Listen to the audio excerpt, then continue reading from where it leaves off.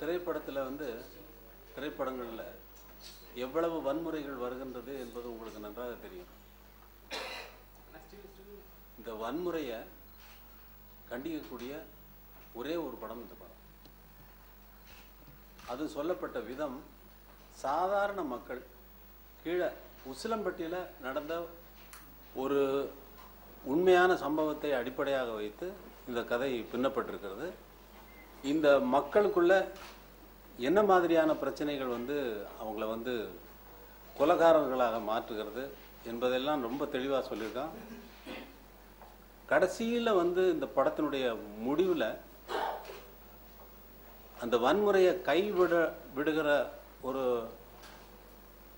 ஒரு அந்த fraction of செகண்டுக்கு அவன் எடுத்துகிட்டு போகிற விதம் வந்து நல்ல ஒரு பண்பட்ட எழுத்தாளர் அவங்களால தான் வந்து இந்த மாதிரி ப்ரெசென்ட் பண்ண முடியும். இந்த படத்துக்கு நான் கம்போஸ் பண்ணுறப்பெல்லாம் அவனை திட்டிகிட்டே இருந்தேன். என்னடா கொலகார பசங்களாம் கையில் கத்தியும் கட்டுமா ரத்தமுமா படம் பண்ணிட்டு வந்தீங்கன்னா நான் எப்படி என்ன பண்ணுறது, இதில் என்ன மியூசிக் போடுறது அப்படின்னு திட்டிகிட்டே இருந்தேன். திட்டுனா வன்முறை வந்து அது என்னதுக்கு வன்முறை இருக்குது, நாட்டில் நடக்குது, நடக்கலைன்னு சொல்லலை. பட் அது ஏன் சினிமாவில் காட்டணும் அப்படின்னு அதுக்கு இருக்கிற காரணங்கள் வேற. ஒரு காரணத்தை சொல்லியாச்சுன்னா ஒரு கொலை வந்து அனுமதிக்கப்பட வேண்டியதா? இந்த காரணத்துக்காக நான் கொலை பண்ணேன்னு ஒரு காரணம் வந்து நியாயப்படுத்தப்படும் பொழுது அந்த கொலை வந்து நியாயமா? கொலை என்பது வேண்டாம், தவிர்க்கப்பட வேண்டியது. இன்னொரு பகை என்பது தவிர்க்கப்பட வேண்டியது.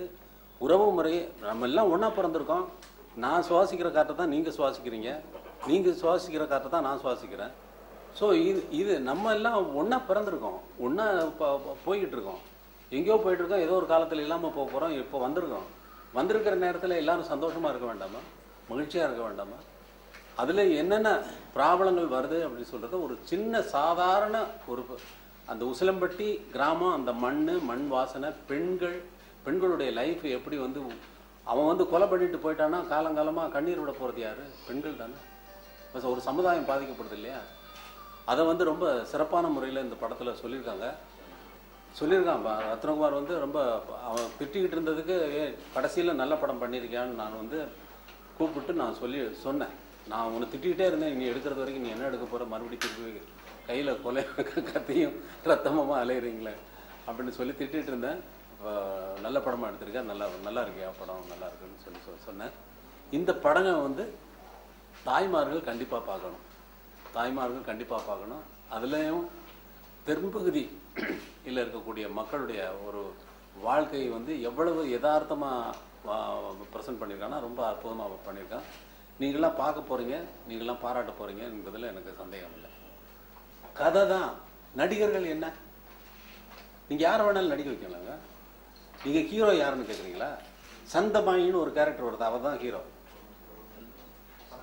சந்தமாயின்னு ஒரு கேரக்டர் ஒருத்தர் பண்ணியிருக்காரு, அவர் தான் ஹீரோ. அவர் படம் முடியறதுக்குள்ள அவர் செத்து போயிடுறாரு, அவனை கொல்றாங்க, அவரே தூக்கு போட்டுக்கிறாரு. இப்படி படத்துல ஏகப்பட்ட கொலைகளை பண்ணி ஒரு கதையை உண்மையை ஒரு நல்ல விஷயத்த சொல்றதுக்கு அவ்வளவு கொலை பண்ண வேண்டியது இருக்கு. ஆனா கதையை கொலை பண்ணாம இருந்தானே அது வரைக்கும் சந்தோஷம், பாராட்ட வேண்டிய விஷயம். ஆனா அந்த மண்ணில் நடக்குது, அது அவ்வளவு யதார்த்தமா இருக்கு. அந்த மண்ணில் அவன் டோட்டல் கதையவே ஒரு காமெடி சீன்ல சொல்லிட்டான். டோட்டல் கதையவே ஒரு காமெடியன் வாயில சொல்ல வச்சு, இவன் அவனை கொண்டுட்டு இவன் செய்து போனான், இவனை கொண்டுட்டு இவன் போனான், இவன் கையை வெட்டினான், அதை காலை வெட்டினான்னு அதை பார்த்து அப்படி சிரிச்சு அவனுடைய கதையை அவனே கிண்டல் பண்ணிக்கிறான் அப்படின்னு சொல்லி. செங்காத்து பூமியிலே வந்து இது எங்கள் தென் மாவட்டத்தின் மக்களோட பர்டிகுலராக உசிலம்பட்டி, மதுரை உசிலம்பட்டி மக்களுடைய வாழ்க்கை பதிவு. இப்போ அவங்க கிழக்கு செம்மையில கதை எப்படி வந்து ஒரு அண்ணன் தங்கச்சி பாசத்தை சொன்னதோ, கருத்தம்மா எப்படி பெண் சிசுவதை வந்து தவறான செயல் என்பதை கண்டித்ததோ, கடற்புக்குள் எப்படி மீனவ மக்களுடைய வாழ்க்கை பிரதிபலித்ததோ, அதே போல் இந்த செங்காத்து பூமியில் படம் வந்து எங்கள் தென் மாவட்ட மக்களுடைய வாழ்க்கையை பிரதிபலிக்கும். அந்த வாழ்க்கையில் அந்த மண்ணில் அவர்கள் நடத்தும் இயல்பான வாழ்க்கை, அதில் நடக்கும் முரண்பாடுகள், அவருடைய காதல், அவருடைய அன்பு, அவருடைய கண்ணீர், அவருடைய கஷ்டம் எல்லாத்தையும் சொல்கிறதே இந்த செங்காத்து பூமியில் இந்த படம். இது இன்னொரு கிழக்குச்செம்மை அமையும் உங்களுக்கு. எங்கள் வாழ்க்கையும் இது ஒரு பெரிய செய்தியோ மெசேஜோ இல்லை பெரிய மக்களுக்கு படம் சொல்கிறதா இல்லை, எங்கள் வாழ்க்கை உங்களுக்கு காட்டுறது. எங்கள் வாழ்க்கையை நீங்களோட பாருங்கள். இன்றைக்கி நடந்துகிட்ருக்கு, இப்போ நடந்துகிட்ருக்க எங்கள் வாழ்க்கை பதிவு வந்து இந்த படம். இந்த பெண்கள் அவசியமாக பெண்கள் குடும்பத்தோடு, மனைவி மக்களோடு, குழந்தைகளோடு, அக்கா தங்கச்சியோடு பார்க்கக்கூடிய ஒரு சில படங்களில் எங்கள் படம் இருக்குன்றதை நான் உறுதி சொல்லுவேன். நன்றி, வணக்கம்.